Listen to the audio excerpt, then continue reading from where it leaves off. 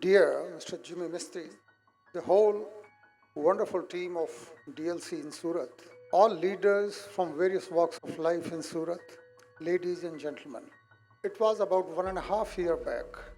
I had spoken to some people in Surat to start a group of young people in the form of maybe a club or some other structure where they can meet, where they can discuss their visions, where they can dream together, pool their energy, and take Surat, Gujarat, India, and the world forward.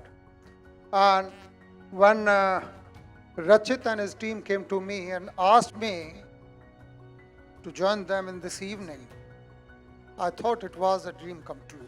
So I congratulate Jimmy and the whole team. What a wonderful thing you are doing here. I was also thinking, what if at all I'm asked to speak, what I'm going to speak.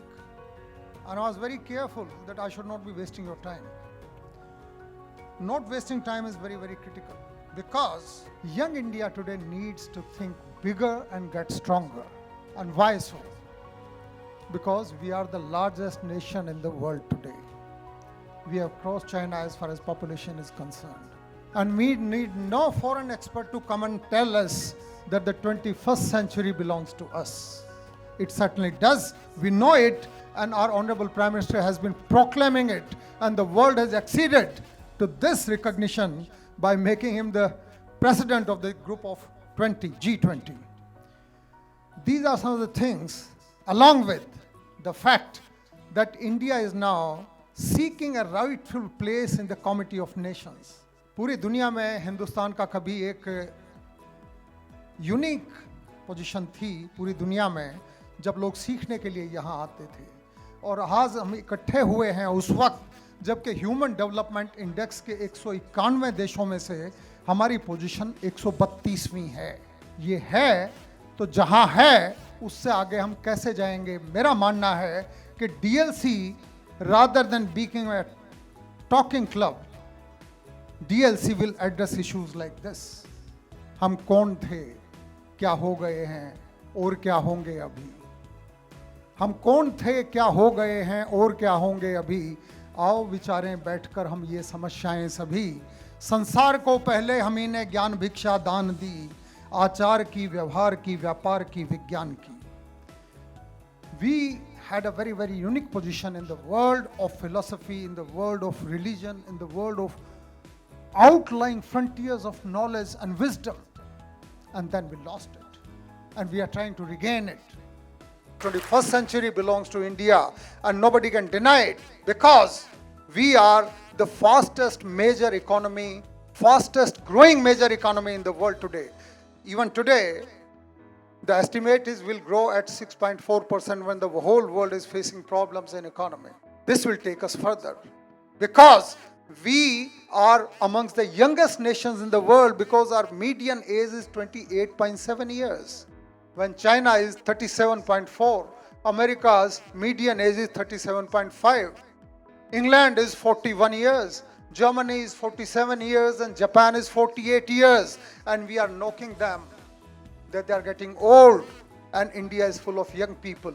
Every year, India produces 65 lakh graduates, of whom 15 lakhs are engineers, and also about 1 lakh MBBS, about 53,000 another Ayush doctors that India is producing. It is these reasons, along with the fact that India is the land of solar energy, and we are among the leading nations as far as renewable energy technologies are concerned. We are leading, and we are showing the world the way. Among the IT nations, everybody understands that India is the driving force in Silicon Valley. Even Google needs a Sundar Pichai. Not to name a lot of them, the fact remains that Indian mind is amongst the very best in synthesizing different ideas and to look deeper. West had a problem. It was their strength, and this is also their biggest weakness. They had a strength because they want to break everything down. They wanted to understand everything, and this problem and this strength at the same time. Mind you, हर आदमी की जो सबसे बड़ी strength होती है वही उसकी सबसे बड़ी वीकनेस भी होती है. प्लेटो और सोक्रेटिस के टाइम से वेस्ट ने एनालाइज करना शुरू किया। एनालाइज करने का मतलब है समीक्षा करना। समीक्षा करने के लिए आपको तोड़ना पड़ता है। उन्होंने हर चीज को तोड़ा, हर चीज के अंदर घुस के देखा। उन्होंने मॉलिक्यूल तक पहुंचे, मॉलिक्यूल को तोड़ा तो उसके अंदर एटम मिला, एटम को तोड़ा तो उसके अंदर इलेक्ट्रॉन्स मिले, उसके अंदर गए प्रोटॉन और न्यूट्रॉन मिले, और प्रोटॉन न्यूट्रॉन के न्यूक्लियस के बाहर एटम में जहां इलेक्ट्रॉन्स घूम रहे थे वो ऑर्बिट्स मिले। ऑर्बिट्स में क्या था? ऑर्बिट्स खाली थे। ये शून्य वो है जो पश्चिम की पूरी थिंकिंग जो प्लेटो और सोक्रेटिस से शुरू हुई, वहां जाके फिर उनको समझ नहीं आता। इसीलिए close to 60% of New York population has to take sleeping pills today.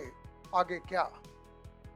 they are unable to understand, and this is where India comes into play. India comes into play because हमारे यहाँ खाली कुछ भी नहीं है। हमारे यहाँ गरीब झोपड़ी में रहने वाले आदमी से भी आप जाके पूछें तो वो कभी शून्य में नहीं सोचता। उसके पास हमेशा कुछ ना कुछ होता है बताने के लिए, अरे नहीं अभी तो भगवान है, मेरे कर्म हैं।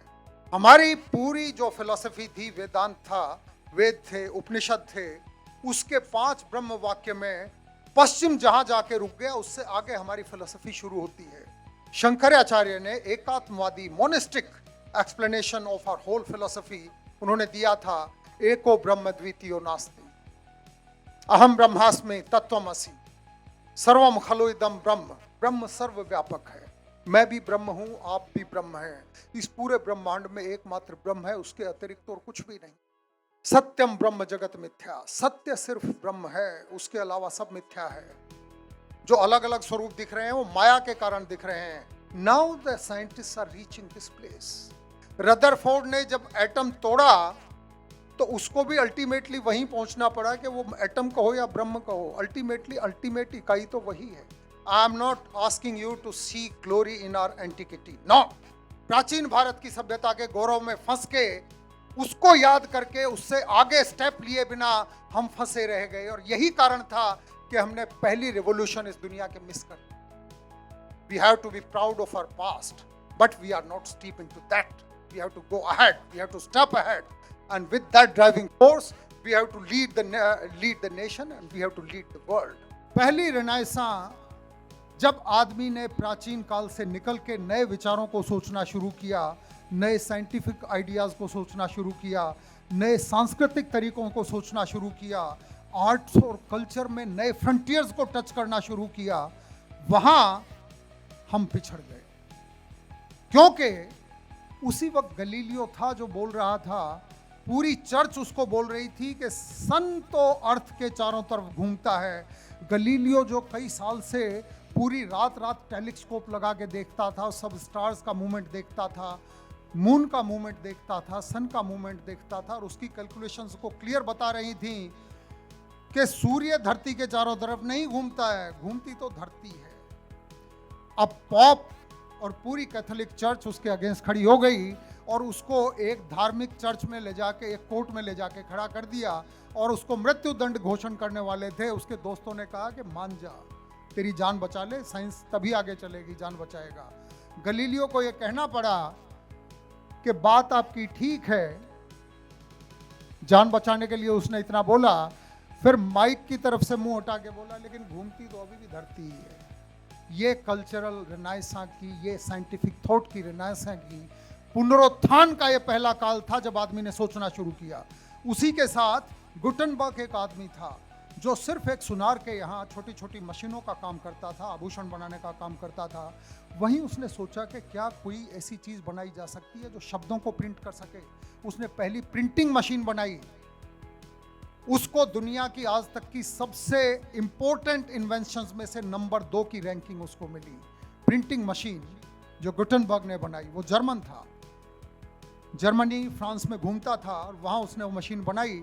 लोग ये पूछते थे कि ये मशीन बना के अब करेगा क्या, लेकिन उसके कारण बाइबल छपी, उसके कारण पहले की जनरेशन की जो नॉलेज थी पूरी पुस्तकों में आई और पुस्तकें पूरी दुनिया में गईं।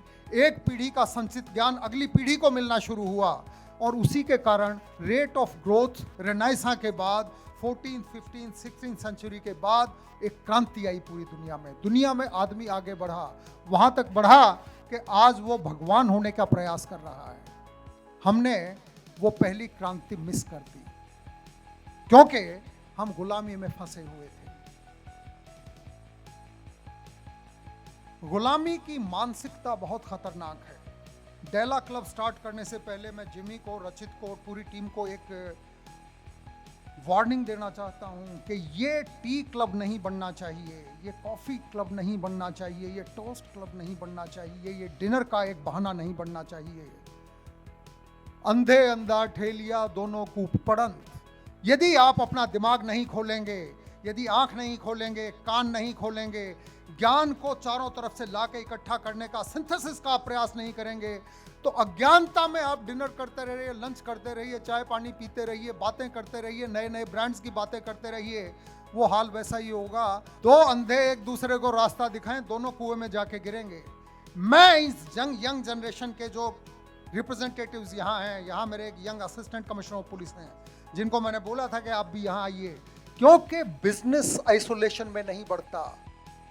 हम और आप सभी लोग मिलकर इस सोसाइटी को, इस देश को, इस शहर को, इस राज्य को, इस देश को और इस दुनिया को आगे बढ़ाते हैं। We have to become powerful. शक्ति के विद्युत कण जो व्यस्त विकल बिखरे हैं हो निरुपाय, संकलन उनका करे समस्त विजयी भारत माता हो जाए। आप लोगों में एनर्जी है, आप लोगों में नॉलेज है, आपके अंदर भूख है, आपके अंदर ड्राइव है, लेकिन वो जब तक कि आपका आंख, कान और आपका दिमाग खुला नहीं होगा। प्रतिभाएं आपके अंदर हैं, लेकिन उस प्रतिभा को खाद पानी देने का काम इस तरह के क्लब्स करते हैं जहां खुले हवाएं चारों तरफ से आती हैं। Where the mind is without fear. मन हो निर्भय जहां, ज्ञान मुक्त हो जहां, ऊंचा हो शीश जहां, भारत को उसी विश्व में तुम जागृत करो। जहां नहीं बंदी होती धरती घरिया आंगन की दीवारों में, जहां शब्द फूट फूट पड़ते हों हृदय के उछाह भरे नारों में, भारत को उसी इस विश्व में तुम जागृत करो। डेला क्लब का मोटिव लॉफ्टेड होना चाहिए, ऊंचा होना चाहिए। It is this young generation जो हिस्ट्री में उस कस्प पे खड़ी हुई है, वहां खड़ी हुई है जहां या तो डर के पीछे हट जाएं या एक लीप ऑफ फेथ उससे आगे कूद जाए। आप कूद जाएंगे तो आप उड़ना शुरू करेंगे। ये उड़ान बहुत सारे लोगों ने शुरू की। ये उड़ान 1760 में, 1800 के दशक में पूरी, जब पहली इंडस्ट्रियल रिवॉल्यूशन आई पूरे यूरोप में, जब स्टीम इंजन बना, जब कोयले का उपयोग करना शुरू किया, जहां मैकेनाइज्ड प्रोडक्शन शुरू हुआ। We miss that first industrial revolution. उसके बाद इलेक्ट्रिसिटी आई, इलेक्ट्रिसिटी से फास्ट प्रोडक्शन की शुरुआत हुई। हमने वो रिवॉल्यूशन भी मिस कर दी।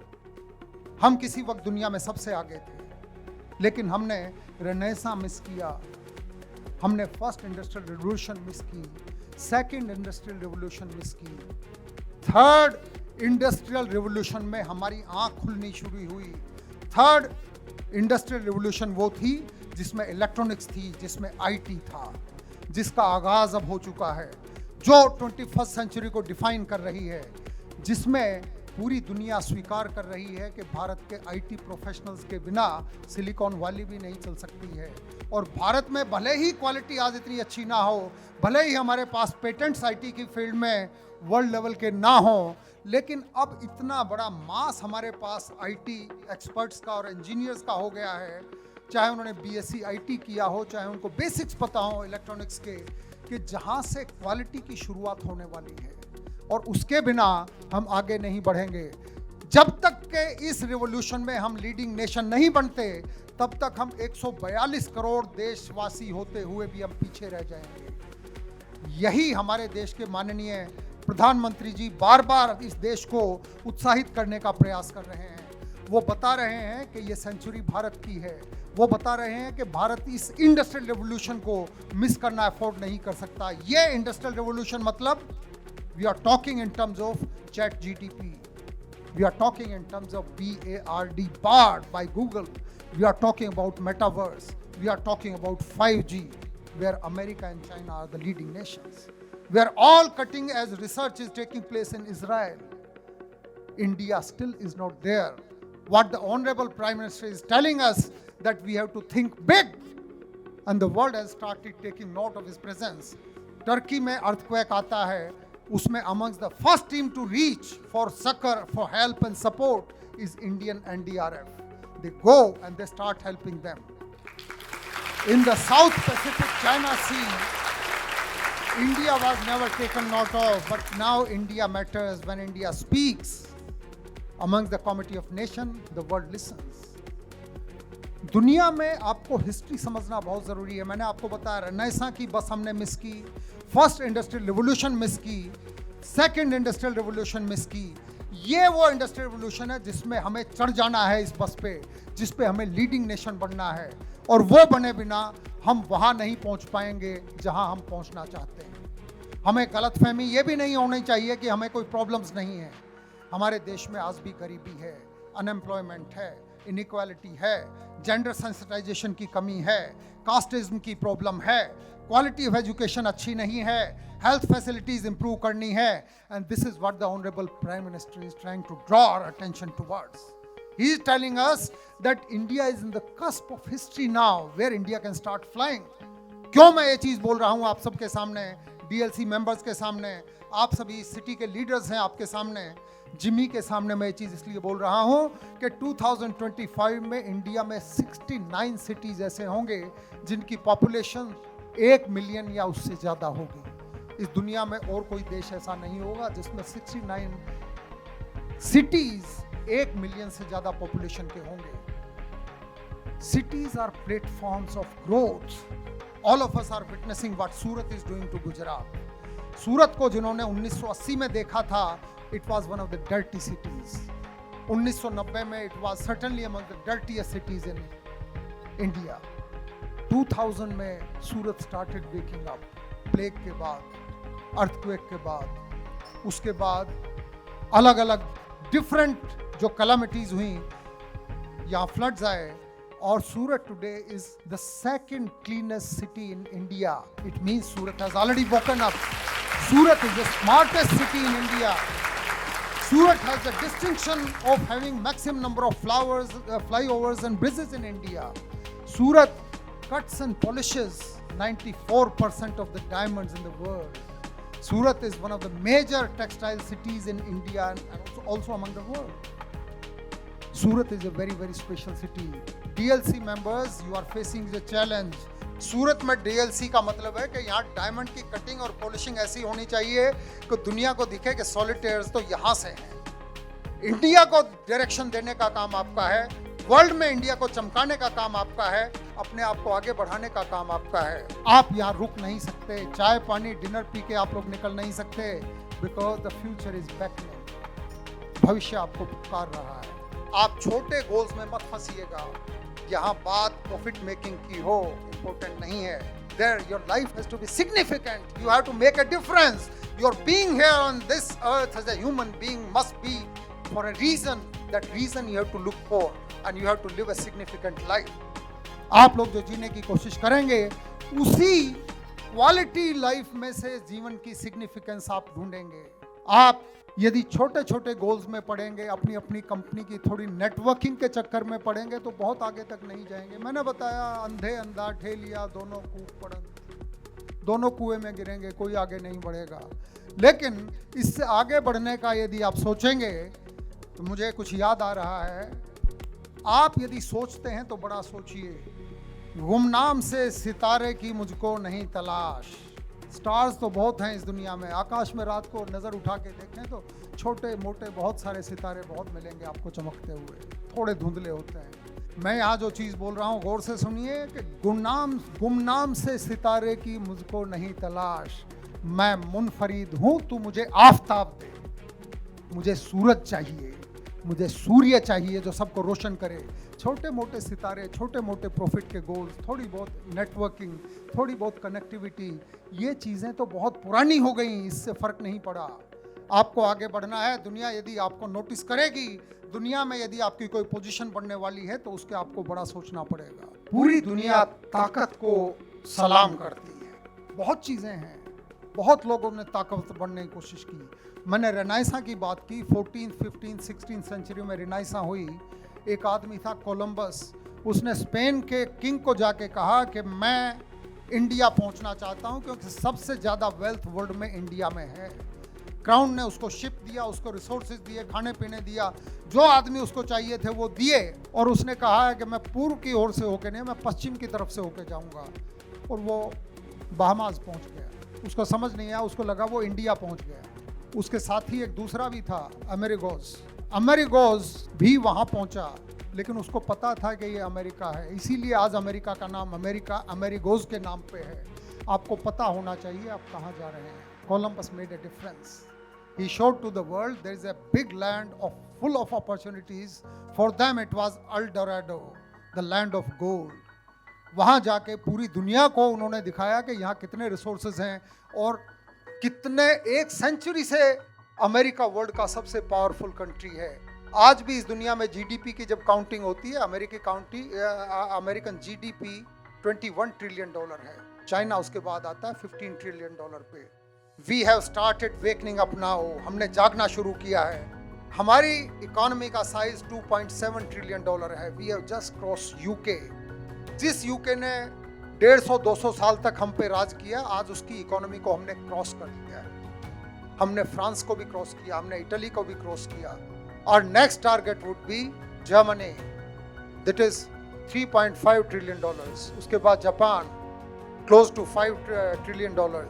उसके बाद 2 टारगेट और बचेंगे, चाइना और अमेरिका। इतना बड़ा सोचना है तो गुमनाम से सितारे की मुझको नहीं तलाश, मैं मुनफरीद हूँ। मुनफरीद मीन्स मैं थोड़ा डिफरेंट हूँ। You have to be different, your goals have to be big, you have to think big. मैं मुनफरीद हूँ, तू मुझे आफताब दे, मैं सूर्य की तलाश में हूँ, मुझे वैसी चमक चाहिए। अभी जिमी मुझे बता रहे थे दैट पारसीज वर्शिप फायर, सूर्य की पूजा होती है पारस में, भारत में, फारस में पारसी लोग करते हैं। भारत में भी सन की पूजा की जाती है। हम लोग सूर्य नमस्कार भी करते हैं। यदि सूर्य नमस्कार करते हैं तो दुनिया आपको नमस्कार करेगी, यदि आप शिद्दत से और दिल से नमस्कार करते हैं तो। मैं उन यूथ को कुछ चीजें बताना चाहूंगा जो ये सोचते हैं कि किसी पैसे वाले घर में पैदा होते हैं तो जीवन बड़ा आसान हो जाता है। ये बहुत बड़ी गलतफहमी। मैं ओवर द सेंचुरीज के लोगों की जब गिनती मैंने की, मुझे पढ़ने का शौक है, मैं ढूंढता रहता हूँ। मैंने तलाश किया तो मुझे पता लगा कि ज़्यादातर लोग जो दुनिया में बैरियर्स ब्रेक करके लीडिंग सिटीजन बनते हैं वर्ल्ड में, वो सभी वो होते हैं जिन्होंने बचपन में गरीबी भी देखी होती है, डिफ़िकल्टीज भी देखी होती हैं, जिन्होंने तकलीफ देखी भी है, और वो तकलीफ, वो पॉवर्टी, वो डिफिकल्टीज, वो रिसोर्सेज की कमी, वो उनके लिए ड्राइविंग फोर्स होती है। इस सूरत शहर में जितने लोगों को मैं जानता हूँ वो सभी वही हैं जिन्होंने बचपन में तकलीफें देखी हैं, उस तकलीफ के कारण वो आगे बढ़े हैं। आपको ऐसा बहुत कम मिलेगा कि किसी पैसे वाले बाप के बेटे ने कोई साम्राज्य इस दुनिया में खड़ा किया। हो सकते हैं, अपवाद हो सकते हैं, एक्सेप्शंस हो सकते हैं। आप स्टीव जॉब्स के बारे में सब जानते हैं, कैसे उसने एप्पल खड़ा किया। Steve Jobs was a wonderful child but unfortunately was born to such poor parents. उसके माँ बाप इतने गरीब थे कि उसको पाल भी नहीं सकते थे, वो उसको पढ़ा भी नहीं सकते थे। उन्होंने अडॉप्शन के लिए, गोद लेने के लिए किसी कपल को ढूंढा, और गरीबी के कारण उन्होंने स्टीव जॉब्स को किसी को दे दिया। उन्होंने उसको पढ़ाया, वो लोग मेहनत कर रहे थे, इंजीनियरिंग पढ़ रहा था, लेकिन कॉलेज से ड्रॉप आउट किया। रीड कॉलेज से स्टीव जॉब्स छोड़ के कॉलेज निकल गया, और वो ज़िंदगी में बड़ा परेशान था। वो सोचता था बड़ा, होता कुछ नहीं था। कॉलेज भी उसकी मनपसंद उसको नहीं मिला था। वहाँ से वो आत्मा और परमात्मा की तलाश कोई भी आदमी इस दुनिया में आज भी करता है तो हिंदुस्तान की तरफ आता है। स्टीव जॉब्स के इंडिया, और यहाँ बुद्धिज्म की और आत्मा की तलाश करनी उसने शुरू की। उसको कुछ दिखा, कुछ चमक दिखी, ही वेंट बैक, और उसके बाद उसने एप्पल बनाया। तो उसकी बचपन में तकलीफें थी जिसके कारण वो बड़ा हुआ। आप में से काफ़ी लोग बड़े फैशनेबल गारमेंट्स पहनते हैं। राल्फ लॉरेन का नाम है। Ralph Lauren is one of the rich people in the world, one of the top brands. वो बचपन में जब था तो उसके भाइयों के उतरे हुए कपड़े वो पहनता था। बड़े भाई को छोटे हो गए थे, अब छोटा भाई पहनेगा। और उसको बचपन में ये चीज़ बड़ी दुखती थी क्योंकि परिवार गरीब था। बड़ा भाई बड़ा हो गया, छोटा भाई बड़ा हो रहा, तो उसके कपड़े ये पहनेगा। और वो बचपन में डिमांड करता था कि मुझे मेरे कपड़े दो ना, मेरी भी कोई स्टाइल स्टेटमेंट होनी चाहिए। और उसको पूरे बचपन में नए कपड़े कभी नसीब नहीं हुए। वो बड़ा हुआ तो हमेशा कपड़ों में ही खेलता था, उसके दिमाग कपड़े ही ढूंढता था, और आज पोलो और राल्फ लॉरेन का ब्रांड कपड़ों में एक नंबर का ब्रांड उसने बना दिया। He is also among the richest people in the world. और कितने भी एग्जाम्पल आप देखिए, हार्वर्ड शुल्स का देखिए, स्टारबक्स पे आप लोग जाते हैं, one of the most popular brands in the world. Starbucks में आप जाते हैं, you are assured of good quality coffee, you are assured of good environments. वहाँ आपको फ्री इंटरनेट भी मिलता है और टॉप क्लास चीज़ है। सब young professionals they look around when they find a good place around, they for sure they know this is Starbucks. उसका बचपन जिस तरह से बीता, उसके फादर की नौकरी कभी एक छूटती थी, फिर दूसरी छूटती थी, तीसरी कंपनी में, वो कंपनी भी बंद हो गई। वो बचपन में एक ही ड्रीम करता था कि मैं कोई ऐसा काम करूं कि मेरी कंपनी कभी बंद ना हो और मेरे किसी के एम्प्लॉय को मेरी कंपनी बंद होने के कारण मेरे फादर की तरह दूसरी कंपनी तलाशनी ना पड़े। गरीबी में से उसको ड्राइव मिला। आज उसकी 27,000 आउटलेट्स हैं स्टारबक्स की। He is amongst the richest people, most successful people as far as building brands is concerned. DLC members को मैं एक चैलेंज थ्रो कर रहा हूं कि ब्रांड्स बनाने की जरूरत है। आज हिंदुस्तान में जिसके हाथ में देखो उसके हाथ में मोबाइल फोन तो होता है, लेकिन या तो वो एप्पल होता है, या वो सैमसंग होता है, या कोई और वर्ल्ड के किसी लीडिंग कंपनी का फोन होता है। Unfortunately we own among the largest number of smartphone in our hands today in the whole of world, but Indian brands तो दिखाई नहीं देते। आप यदि चश्मे भी, गॉगल्स भी पहनते हैं तो एक भी इंडियन ब्रांड उनमें दिखाई नहीं देता। आप कारें खरीदते हैं तो चाहे फरारी हो या लंबोर्गिनी है या टेस्ला है या कोई भी कार आप जो भी खरीदना चाहते हैं वो सारे फॉरेन ब्रांड्स हैं। आप चीज़ें डिलीवरी करना चाहते हैं, कोई चीज़ प्रोडक्ट खरीदना चाहते हैं, आपको अमेज़न के पास जाना पड़ता है।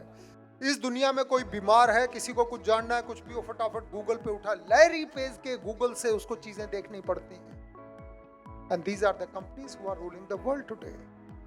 Oracle, it is showing the path. Elon Musk SpaceX भी बना रहा है और ऑटोमेटिक कार्स भी बना रहा है, and is giving a new idea. What we need today are thought leaders जिनके पास विचार है। माइंड यू, आंसर्स आपको गूगल पे सब मिल जाएंगे। गूगल पे नहीं मिलेंगे, किसी एनसाइक्लोपीडिया को उठा लीजिए, किसी टीचर से पूछ लीजिए, किसी एक्सपर्ट से पूछ लीजिए। डीएलसी की इंपॉर्टेंस इसमें है कि आंसर्स तो सब लोग बता देंगे। जो किताबों में लिखे आंसर्स वो ढूंढना, इसमें कुछ ग्रेट नहीं। There is nothing great in that.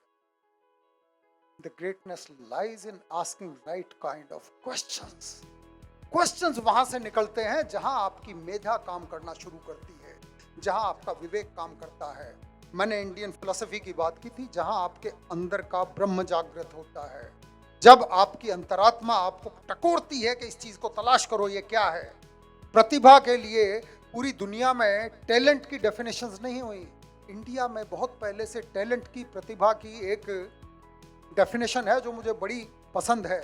नवोन्मेष शालिनी प्रज्ञा, जिसमें नए नए विचार लगातार फूटते रहते हो। एक विचार नया आया, उसके बाद उसका नया एंगल आया, उसके बाद तीसरी उसकी एक नई डायमेंशन खुली। नवोन्मेष शालिनी प्रज्ञा वो प्रतिभा है। उसको जागृत कीजिए, उसको बढ़ाइए, तब आपको पेटेंट्स मिलने शुरू होंगे। मैं 2019 के फिगर्स याद करने की कोशिश कर रहा हूं। वर्ल्ड में सबसे ज्यादा पेटेंट्स अमेरिका में आए, पेटेंट्स रजिस्टर हुए 57,000। उसके बाद चाइना में आए 52,000।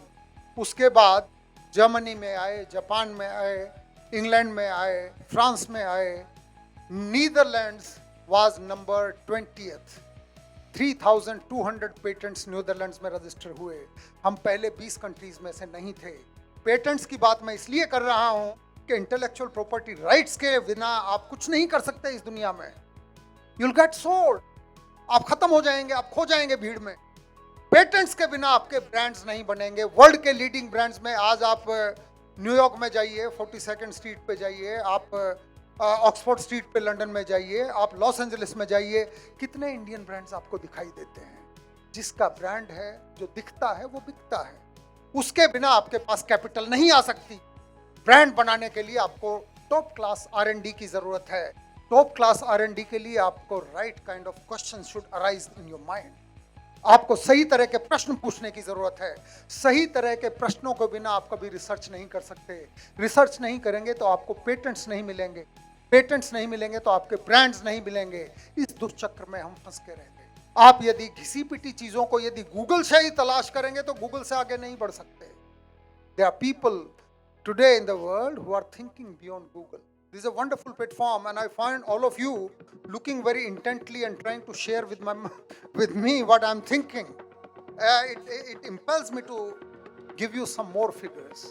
Human Development Index, आपकी क्वालिटी ऑफ एजुकेशन क्या है, आपका स्टैंडर्ड ऑफ लिविंग क्या है, आपकी हेल्थ कैसी है, आपकी सिविक कम्युनिटीज क्या है, आपकी एंटरटेनमेंट की क्वालिटी क्या है, इन सभी का एक sum and substance human development index में आता है।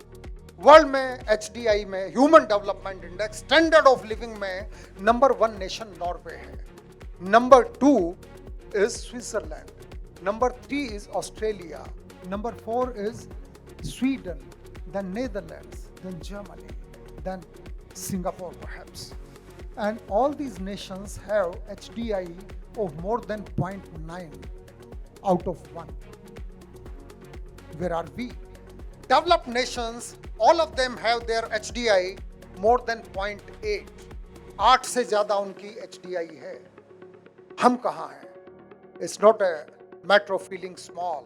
It's a matter of feeling challenged. हमें एनर्जी आनी चाहिए, आग, फायर इन द बेली। उसके बिना DLC club, I want DLC members to have fire in their belly. आप यदि देखना चाहते हैं, हमसे पीछे भी हैं, पाकिस्तान इज 0.54, हमसे काफी पीछे है, उसकी तरफ हमें नहीं देखना है। We have to look at 0.8 first, then 0.9 then, and we have to be among the leading nations in the world, and it is possible. 1958 में सिंगापुर जब नया बना था, वो क्या था? वो इस तरह था जिस तरह से हमारे यहाँ 20 साल पहले मगदल्ला और पिपलोड का एरिया था। इससे ज्यादा कुछ भी नहीं था। और आज सिंगापुर की तरफ पूरी दुनिया देख रही है कि इतनी मेरिटोक्रेसी की सोसाइटी इन्होंने कैसे बना दी, इस तरह का सर्विस सेक्टर कैसे खड़ा किया, इस तरह की हाई स्टैंडर्ड ऑफ लिविंग पूरी पॉपुलेशन को कैसे प्रोवाइड की। मुझे ली क्वान का मैंने उसकी बायोग्राफी पढ़ी है, उसने खुद लिखी है, ऑटोबायोग्राफी है। वो लिखता है कि माओ ज़ेडोंग एक बार आया था, डिनर पे हम बैठे थे, and he asked me what are you trying to do in Singapore. उसने बताया कि हम सिंगापुर के लोगों को one of the best standard of living देना चाहते हैं। वो कैसे दोगे? जो सबसे बेस्ट ब्रेन्स हैं उनको क्रिटिकल पोजीशन पे हम रखना चाहते हैं। नंबर 3, हम पॉलिटिको एडमिनिस्ट्रेटिव स्ट्रक्चर इस तरह की बनाना चाहते हैं कि मेरिट वाले लोग ही उसमें आगे जाएं, पॉलिटिक्स में भी और एडमिनिस्ट्रेशन।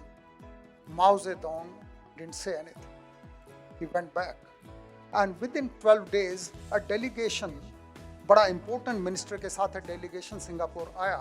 उन्होंने देखा कि इन्होंने करप्शन को कैसे हैंडल किया, इन्होंने इस देश को क्लीन कैसे किया, इन्होंने इस देश में पूरा इकोनॉमी और फाइनेंशियल रिवोल्यूशन कैसे की।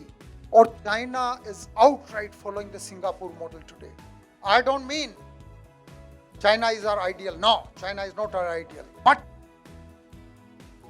1980 में इंडिया और चाइना दोनों का GDP लगभग बराबर था।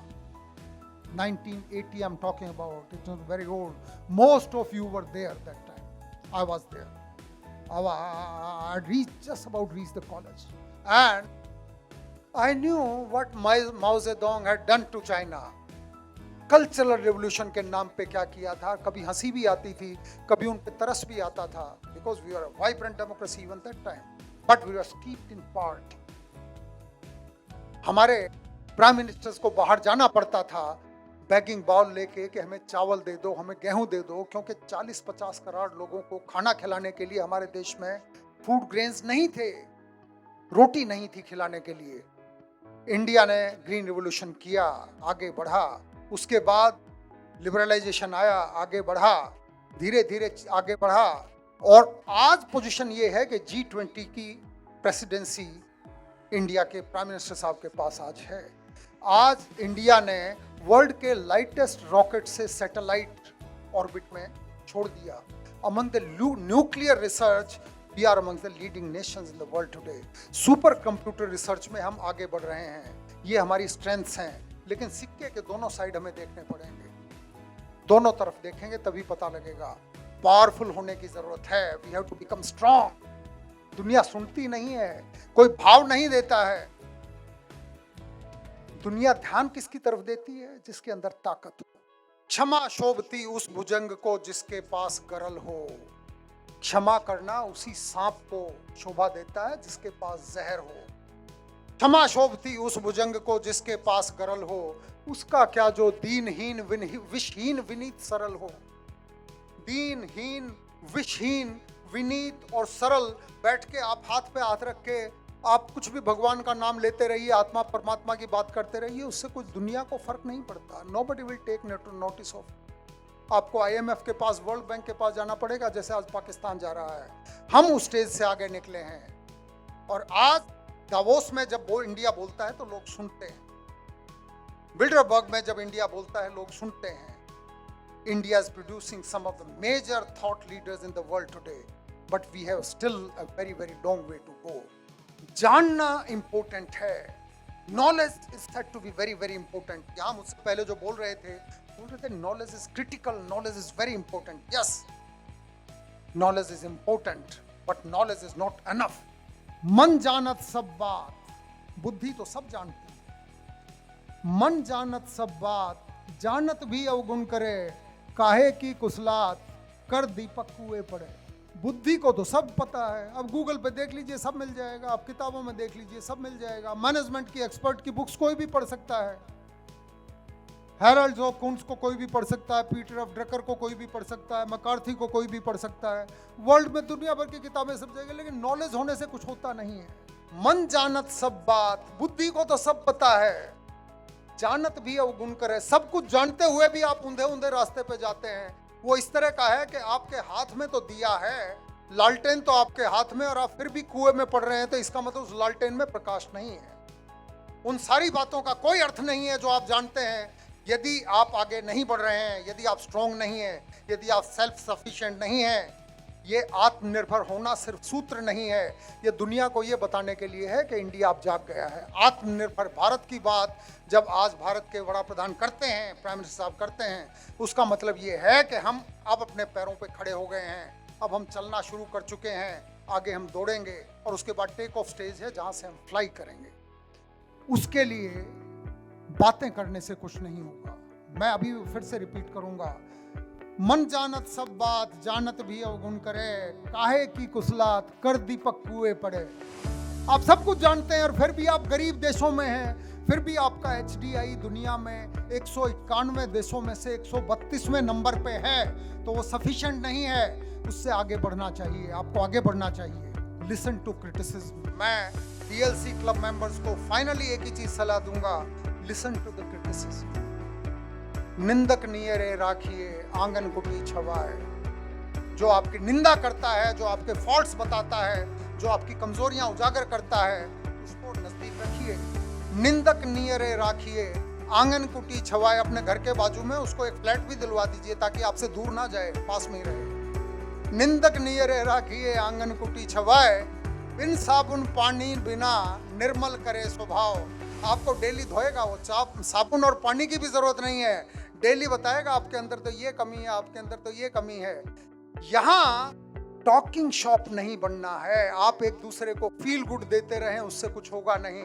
आपको सत्य देखने की क्षमता आपके अंदर होनी चाहिए, ताकत होनी चाहिए।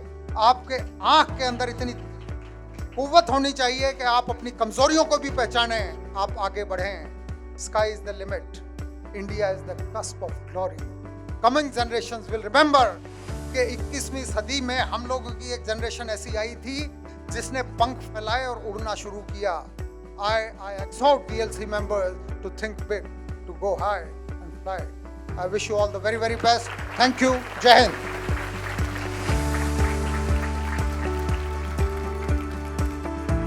So that was an outstanding speech. I would request you to remain for a minute. Just want to thank you profusely. I think this kind of a speech, this kind of knowledge deserves a nice standing ovation given to him. I really, really thank you. Thank you so much.